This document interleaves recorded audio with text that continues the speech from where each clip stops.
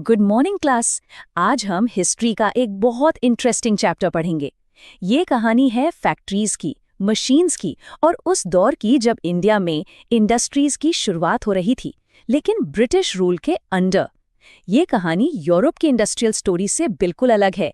आइए देखते हैं कैसे।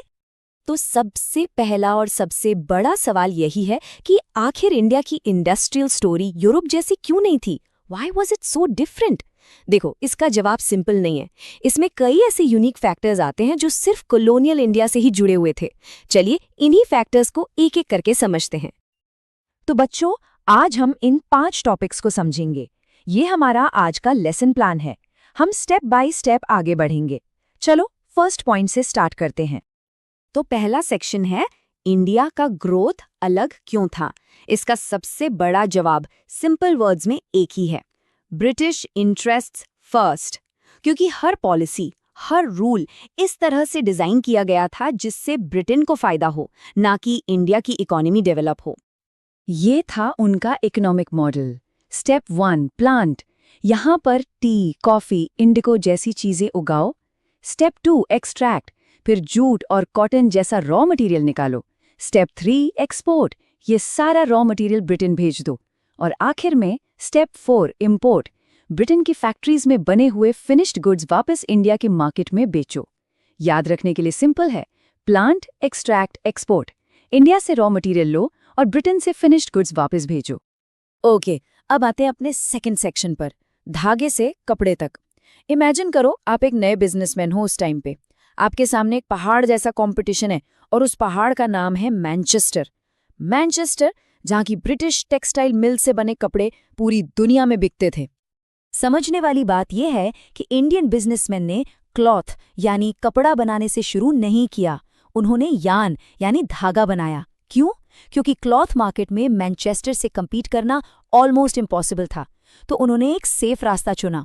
उनका बनाया हुआ यान इंडियन हैंडलूम वीवर्स या फिर चाइना को एक्सपोर्ट होता था। तो सिंपल सा डिवीजन था, India is equal to yarn, Britain is equal to cloth. तो हमने अभी क्या सीखा? फर्स्ट, ब्रिटिश ने सिर्फ वो इंडस्ट्रीज प्रमोट की जो उनके लिए फायदेमंद थी। सेकंड, इंडियन मिल्स ने शुरू में क्लॉथ नहीं, यान बनाया मैनचेस्टर के दर से। सिंपल है ना? चलो आगे बढ़ते हैं। अब कहानी में एक बहुत बड़ा टर्निंग पॉइंट आता है। Section 3 Swadeshi, war and opportunity. 20th century के स्टार्ट में 2 ऐसी बड़ी चीजें हुई जिन्होंने इंडियन इंडस्ट्रीज की पूरी पिक्चर ही बदल दी। चलो इस टाइमलाइन को देखते हैं। 1905 में स्वदेशी मूवमेंट शुरू हुआ। लोगों ने विदेशी कपड़ों का बॉयकॉट करना शुरू कर दिया। इससे क्या हुआ? इंडियन गुड्स की डिमांड एकदम से बढ़ गई। फिर चाइना को यान का एक्सपोर्ट थोड़ा कम हो गया, तो इंडियन इंडस्ट्रियलिस्ट ने सोचा अब सही टाइम है, हम भी क्लॉथ बनाएंगे। और फिर 1914 में फर्स्ट वर्ल्ड वॉर छिड़ गया। मैनचेस्टर से इंपोर्ट आना लगभग बंद हो गया और इंडियन फैक्ट्रीज के लिए पूरा मार्केट खुल गया। Golden opportunity. इस बदलाव का इम्पैक्ट इतना जबरदस्त था कि 1900 से 1912 के बीच, मतलब सिर्फ 12 सालों में, इंडिया में कॉटन क्लॉथ का प्रोडक्शन डबल हो गया। डबल! ये स्वदेशी मूवमेंट की पावर थी जिसने इंडियन फैक्ट्रीज को एक नया जीवन दिया। एग्जाम पॉइंट ऑफ व्यू से ये WWI वाला पार्ट बहुत इंपॉर्टेंट है। जब वॉर स्टार्ट हुई तो ब्रिटिश फैक्ट्रीज वॉर सप्लाईज बनाने में बिजी हो गई।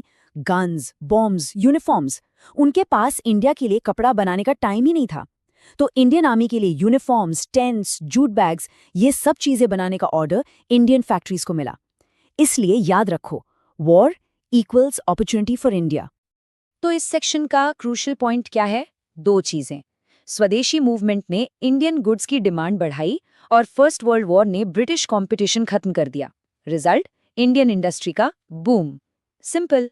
चलो अब आगे बढ़ते हैं।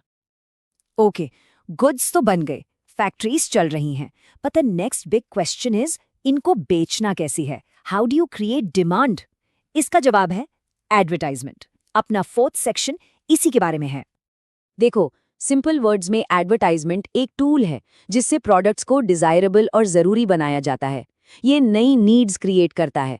जैसे आज मोबाइल फोन के एड्स। हर साल नया फोन जरूरी नहीं है, पर एड्स देखकर लगता है कि जरूरी है। सेम साइकोलॉजी तब भी काम करती थी। ब्रिटिश मैन्युफैक्चरर्स ने ब्रांड लॉयल्टी बनाने के लिए लेबल्स का यूज किया। उनके कपड़े के बंडल पर मेड इन मैनचेस्टर का लेबल लगा होता था। ये लेबल एक तरह से क्वालिटी और ट्रस्ट का सिंबल बन गया था, बिल्कुल वैसे ही जैसे आज हम मेड इन जर्मनी या स्विस मेड को क्वालिटी से जोड़ते हैं। ब्रिटिश एडवर्टाइजर्स बहुत स्मार्ट थे। उन्होंने इंडियन कल्चर को यूज करके अपना विदेशी माल बेचा। सोचो, प्रोडक्ट विदेशी पर उस पे फोटो हमारे देवी देवता की, जैसे कृष्णा या सरस्वती। इससे लोगों को एक ट्रस्ट, एक फेथ फील होता था। उनको लगता था कि अगर भगवान की फोटो है तो प्रोडक्ट अच्छा ही होगा। एक तरह से डिवाइन अप्रूवल मिल गया। और उनका सबसे स्मार्ट आइडिया, द कैलेंडर। क्यों?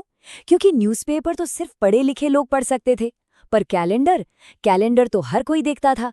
चाय की दुकान से लेकर घर के मंदिर तक कैलेंडर साल की 365 दिन ब्रांड को लोगों की आंखों के सामने रखता था।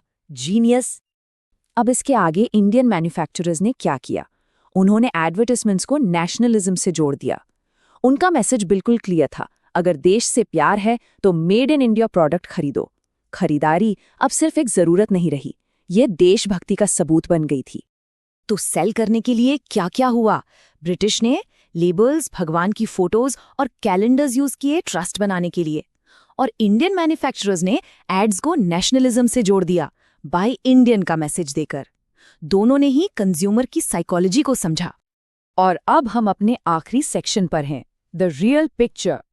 जब हम इंडस्ट्रियलाइजेशन सुनते हैं तो हमारे दिमाग में क्या आता है? बड़ी बड़ी फैक्ट्रीज, धुआं उगलते चिमनीज और चलती हुई मशीन्स। लेकिन क्या इंडिया की रियलिटी सिर्फ यही थी? ये नंबर ध्यान से देखो। 1931 तक सिर्फ 10% इंडस्ट्रियल वर्कर्स ही बड़ी फैक्ट्रीज में काम करते थे। बाकी 90% लोग छोटे वर्कशॉप्स और अपने घरों में काम करते थे। तो याद रखने के लिए, factories few, small units many. तो क्या मशीन के आने से हाथ का हुनर खत्म हो गया? बिल्कुल नहीं। हैंडलूम वीवर्स ने अडेप्ट किया। उन्होंने नई टेक्नोलॉजी को यूज करना शुरू किया, जैसे फ्लाई शटल। इस छोटी सी मशीन से वीविंग की स्पीड बढ़ गई, मेहनत कम हो गई।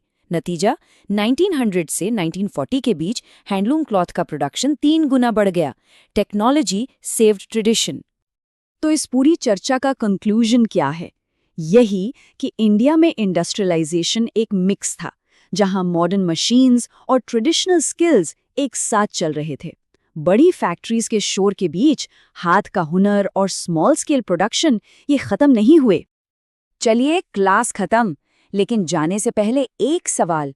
ये लोकल वर्सेस ग्लोबल की फाइट और एड्स में कल्चर का यूज, ये पुराने आइडियाज आज के मार्केट में हमें कहां-कहां दिखाई देते हैं? इसके बारे में जरूर सोचना। Thank you.